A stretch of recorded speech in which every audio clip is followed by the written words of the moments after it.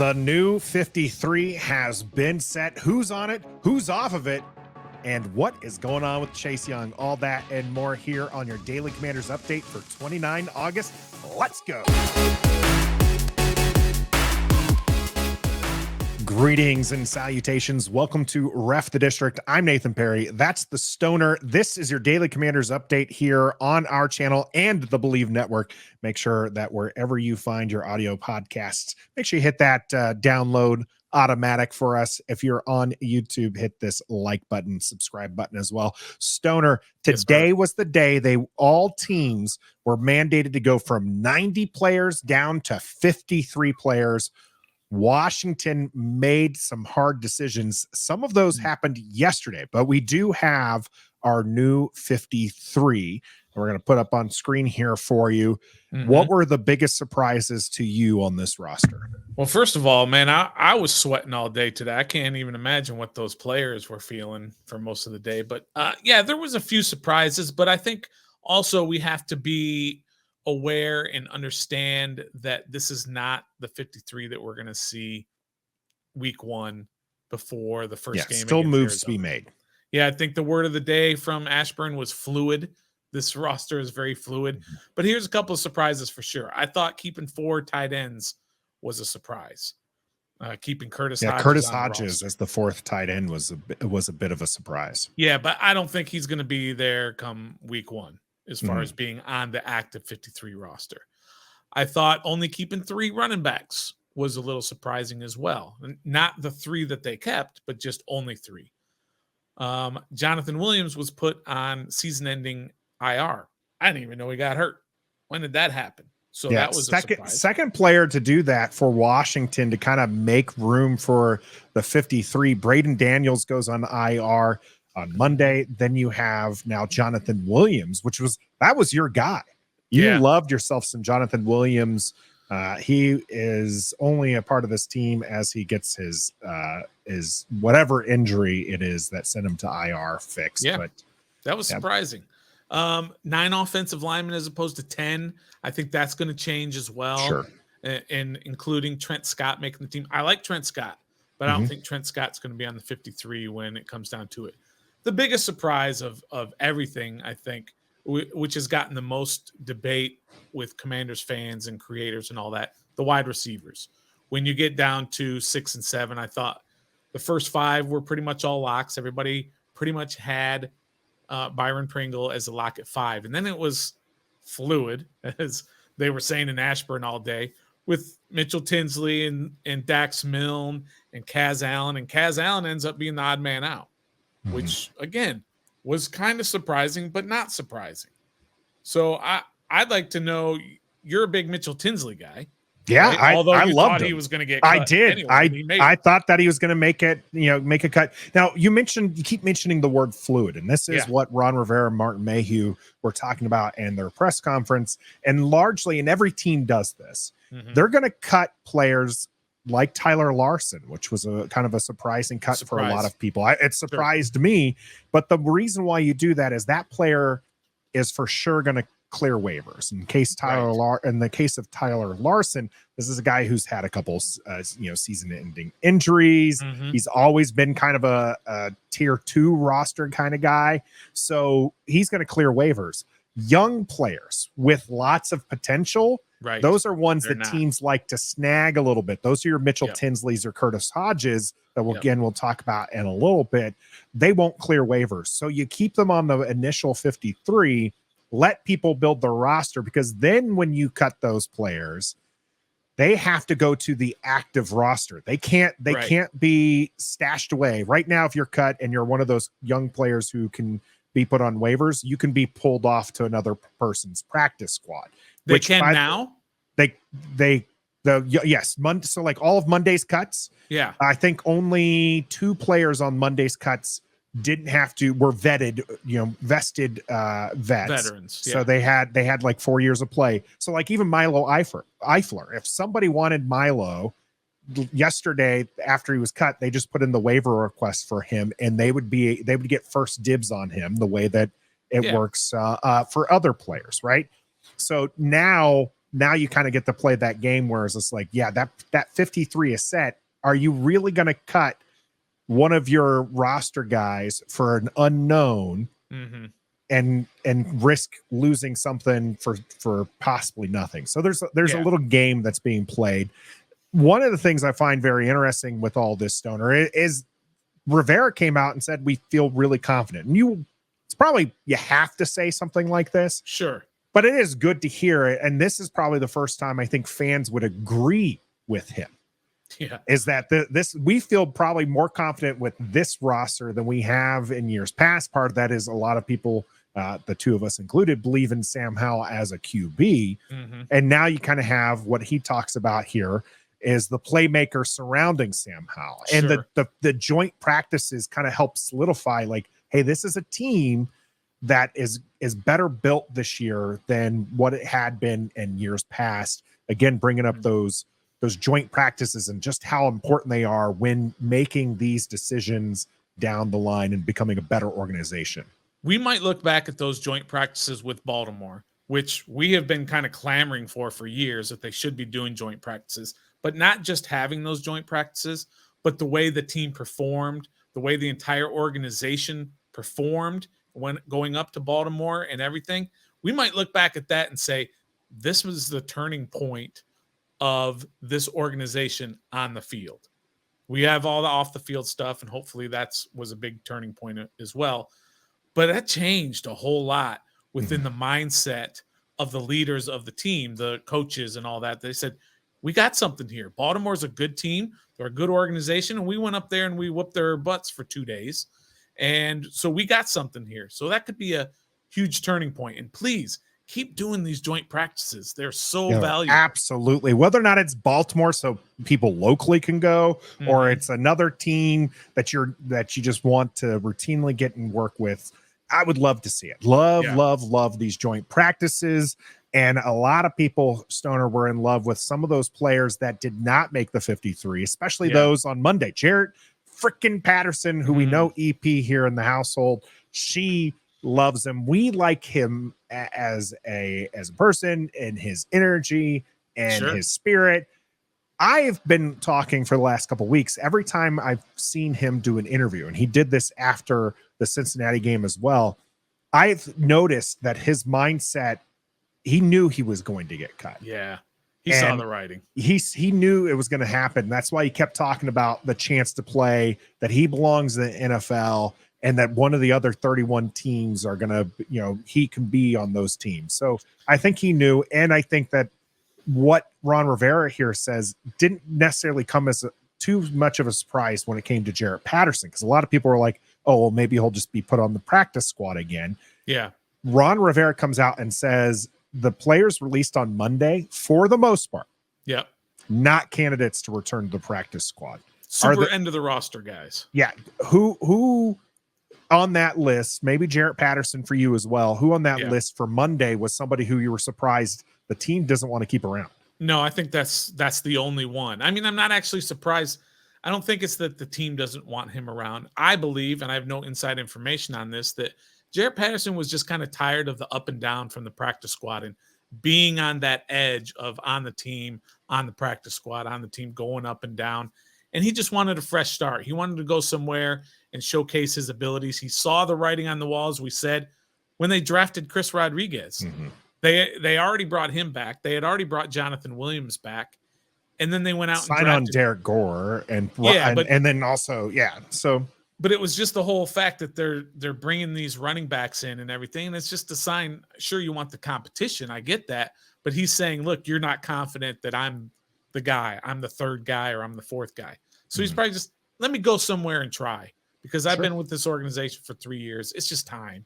Yeah. So I think that's why he wanted that early release on Monday. Yeah, we wish him the best. If he doesn't end up back here, we wish him the best, because he was a lot of fun to watch. And I remember being excited about it. A lot of people point back to his Buffalo days in college, scoring 8 touchdowns in a game. Just an impressive young man, and hope the best for him.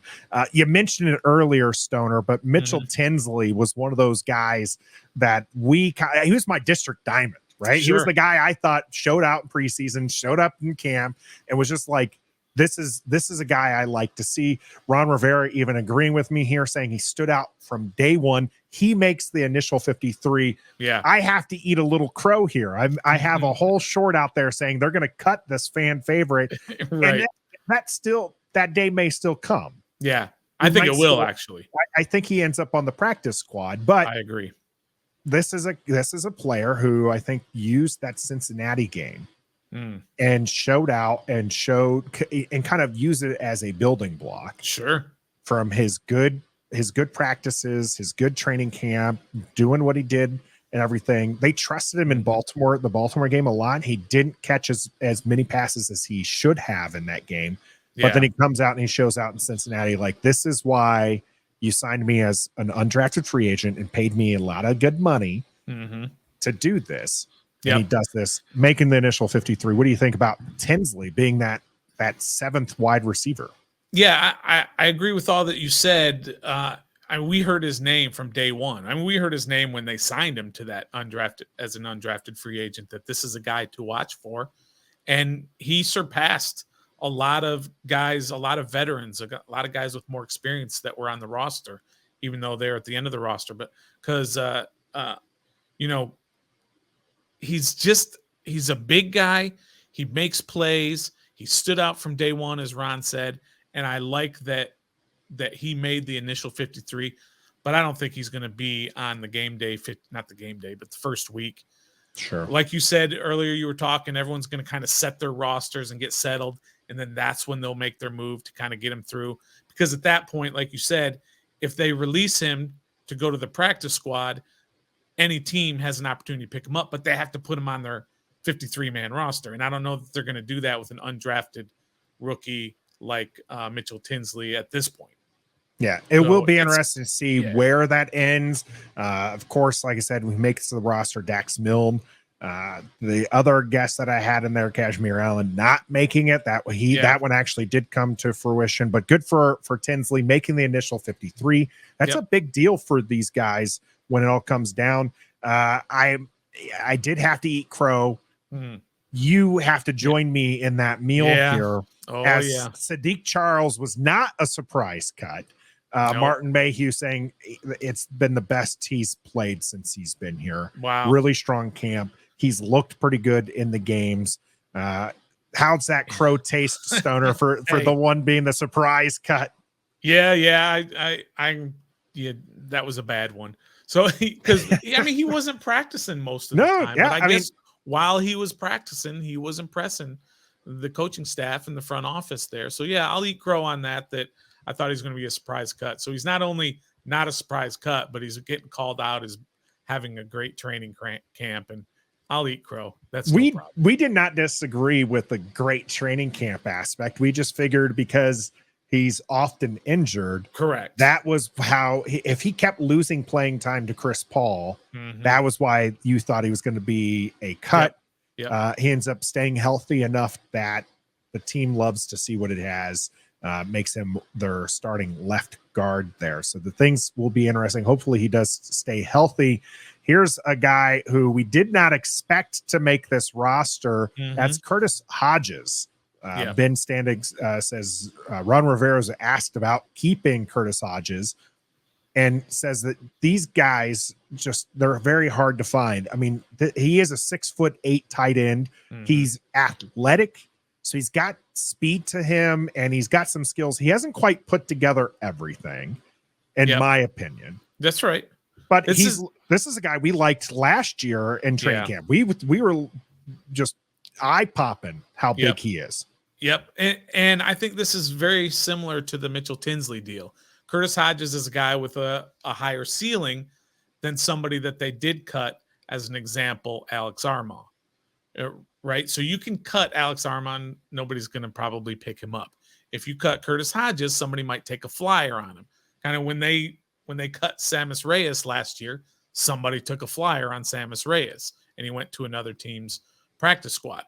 But Curtis Hodges, if he gets released, another team's probably going to take him. Alex Armah is not. Now they're going to probably swap that coming in the next week or so. that Armah is probably going to be on the 53 and Hodges will go down to the practice squad because Armah can do fullback, Armah can do tight end. Mhm. So he's got that position flex that Ron loves that so they much. love. I was convinced Armah was going to make the initial 53 after watching our content creator 53 episode because hearing that he's always had, the EB, Andy Reid rosters have a fullback. Always I was have a like, fullback, I never He's even in. thought about that. He's got you're right. He is a lock. Yeah. We'll see how it comes for game day, but that was one that did pop out on the roster. 6'8" guy, making a name for himself. We'll see. Before I actually move to the next one here, Stoner, as I sneak peeked that one for those watching here on YouTube. What does that say anything about Logan Thomas and his health? That's a good question. That can go either way. I don't think so. I'll be honest. I don't think so. I think that's a Alex Armah deal. I really do. It's a way of being able to hold on to Hodges for the practice squad and then elevating Armah after they sign him to the practice squad and then bringing him up to be that fourth tight end or, like I said, fourth running back, something like that. No, I don't think it says anything about Logan. All right. Well, we'll see how that one unfolds. Let me know in the comment section or hit us up at Ref the District on Twitter to let us know what you think as far as Curtis Hodges. Is that say anything about Logan Thomas? Moving to the next topic here. Only 4 linebackers made this one. So accurate prediction again from our content creators on the 53 prediction roster. One of the things keying in on this, Rivera's talking very specifically about this, is Washington plays so little of that base 4-3. Sure. So why would you keep more than 4 linebackers? Any surprises there? No Milo or anything on the, making it Kalike Hudson, who's had a great camp. He's there, and everybody's favorite mayonnaise is Miracle Whip is on the roster as well to go back up from Cody Barton and Jamin Davis. Yeah, I don't think there's any surprise in the linebackers. And to be honest, I don't think there's any surprise with anybody defensively who did or did not make this team. Maybe that 7th defensive end being KJ Henry rather than William Bradley King. Now, William Bradley King was a 6th rounder a couple years ago. I mean, he has 6th or 7th, 6th or 7th rounder. He hasn't stood out. He hasn't done anything to deserve a spot over a couple of rookies that have they're rookies. They're draft picks this year. He's learned. He probably got that preferential treatment the last couple of years. That's how he made the roster because he was a young guy, rookie guy. He just hasn't gone anywhere past that. Defensively, linebackers, I don't think there were any surprises at all. Yep. Well, there were a couple surprises for a lot of people. We talked about one that was Tyler Larsen, Alex Armah being cut as well. This is where that fluid situation comes back. John Keim even going as far as to say, folks, these two will be back. 100%. Armah will have a role, and they like Larsen as a backup. Yep. We've talked a lot about the fluid situation, so I don't want to hammer that home. What I will say with the Tyler Larsen aspect is when that cut first got announced, I was like, okay, do they like Ricky Stromberg now? Because remember being the number 2, because there was a lot of talk where it was like, he's not even going to be a center this year. He starts getting center reps, then he starts getting guard reps. Now we see Tyler Larsen being cut. Yep. And so it's like, do they like Ricky? And then, of course, the conversation continues, and you're like, okay, no, this is just so they can keep somebody on the 53 within their practice squad, within their organization. They'll bring back Tyler Larsen. You've talked a lot about bringing back Armah as we were talking about Hodges. Is there anybody else that you would expect them to kind of sneak back into the roster outside of those two? I think eventually at some point, Jake Fromm is going to be a 53-man guy that they're going to want that third quarterback over the course of the year, especially if one of the 2 main guys gets nicked up a little bit. I mean, the new rule is pretty simple. I mean, it's complicated yet simple. You can have a third emergency quarterback that doesn't count against your 46-man game day roster, but he has to be on your 53-man roster. So you can't have your emergency quarterback come from your practice squad. Yeah. He's got to be on the 53. Yeah. So I think they're going to bring Jake Fromm to the practice squad initially, and then at some point he's going to be back in the 53. They kind of like Jake Fromm. And I think it's a testament to Bieniemy because we saw Jake Fromm up close and personal against the Giants that one year, a couple years ago, and he was a disaster. He was the guy who did the 3 QB sneaks, wasn't he? Yes, that's exactly right. And when he didn't sneak it, he was terrible. But now Bieniemy's got a hold of him, and maybe he's really improving, and he had a good preseason, so I expect him to be back. Yeah, a lot of people talking about how they wanted him as QB2. We knew that wasn't going to be the case. I had someone tell me, Stoner, that Jake Fromm was the best quarterback on Washington's roster. Obviously, no longer the case because he's no longer on the roster, but it was just eye-opening to me to hear that from somebody where it was just like, okay, I tried very briefly to be like, well, Sam Howell's are actually really good and he's the best. And like the reaction I got and the doubling down on the Jake Fromm business, I was like, I'm just going to quietly leave this conversation. Yeah. There's no winning that over. Hopefully you deleted that tweet if it was a tweet that you were having going on, kind of like the tweet I'm about to show you. Oh, we got one more before the tweet to show. You sure? Yeah, we should have one more. And I think I got ahead of myself here. Oh, okay. We're supposed to have a Chase Young update. Oh, yeah. Sorry, so from Ben Standig, trying to get some information about Chase Young and the Stinger. Yep. Not getting a direct answer. Why? Chase Young is got to see a doctor. No, he saw a doctor on Friday. Yep, met with a doctor, and we're waiting for more information. What is going on? What's with the media blackout of Chase Young's injury / health? Maybe it's like Arizona not naming a starter. They just want that competitive advantage. They don't want going on. Arizona to know whether or not they have to something's do that. Going on, Nathan. I was about to say, he's hitting that conspiracy music. Absolutely. I am on a wait and see approach for the Chase Young. Stingers aren't something that you want to linger. They are something that can be problematic if you try to play through it. So now this being Chase Young's contract year, you would figure the pain tolerance might be a little bit greater this year because if he balls out this year, he gets a paycheck and then he could be broken for the next 3 years, but this year he might need to play through. So that's going to be something that we're going to keep an eye on. Today's August 29th, Nathan. When was that first preseason game? Yeah, that was 3 weeks ago, Stone. It was more than 3 weeks ago, right? And we still don't know, and we still can't get any information about what's going on with his health. And it's not that they're saying we just don't have an update for you. It's we're not going to talk about it. Yep. That's what I don't get. It's just, I mean, this is the same organization that we didn't know Curtis Samuel had an injury. We just didn't know. We just knew he wasn't going to be playing on Sundays his first year. So this is just how they do it. It's very Belichickian, I guess. And you hate it, you love it, you don't know. There is now the surprise tweet, Stoner. All right, did you want to set it up before I bring it? Because I've not actually seen this because Stoner was wanting to talk about it, and then he found out that this tweet was deleted, but he was still able to find it. Yes, I did find the deleted tweet, and it is by Zach Selby, who is the team's reporter. The team's reporter, the team writer and everything. Mm-hmm. He works for Commanders, and he sent this out, and I looked at it, and I said, that's the weirdest tweet I've seen today. So I just want to bring this up. I want to show it to you, and then I want your reaction. All right. Zach Ron Selby. Rivera said he knows more about his roster this season than he did last year. That's a really, really weird tweet. And it got a lot of reaction from people saying, what the heck does that mean? And does that mean that last year he didn't know what was going on with his team?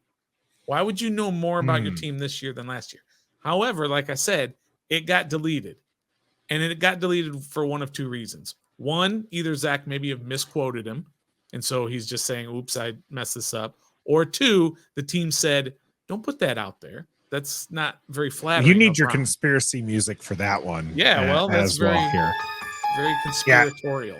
So that was from Zach Selby, as you mentioned, the teams reporter, writer for them.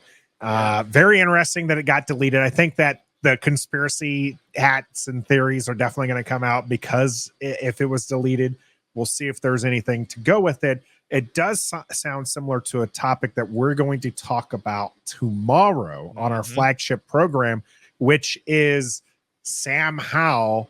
If he knew how good Sam Howell was, he would have started him sooner. That's really, really weird too. All that we'll talk about this tweet and that conversation tomorrow on our flagship program live at 7:30 Eastern. Be sure to tune into that here on YouTube. It will go out to the audio platforms afterwards. So wherever you find your audio podcasts, you can find us there, and make sure that you're subbed up, as the kids like to say. But until next time, what's going on with Chase Young? I want to know. Be a fan.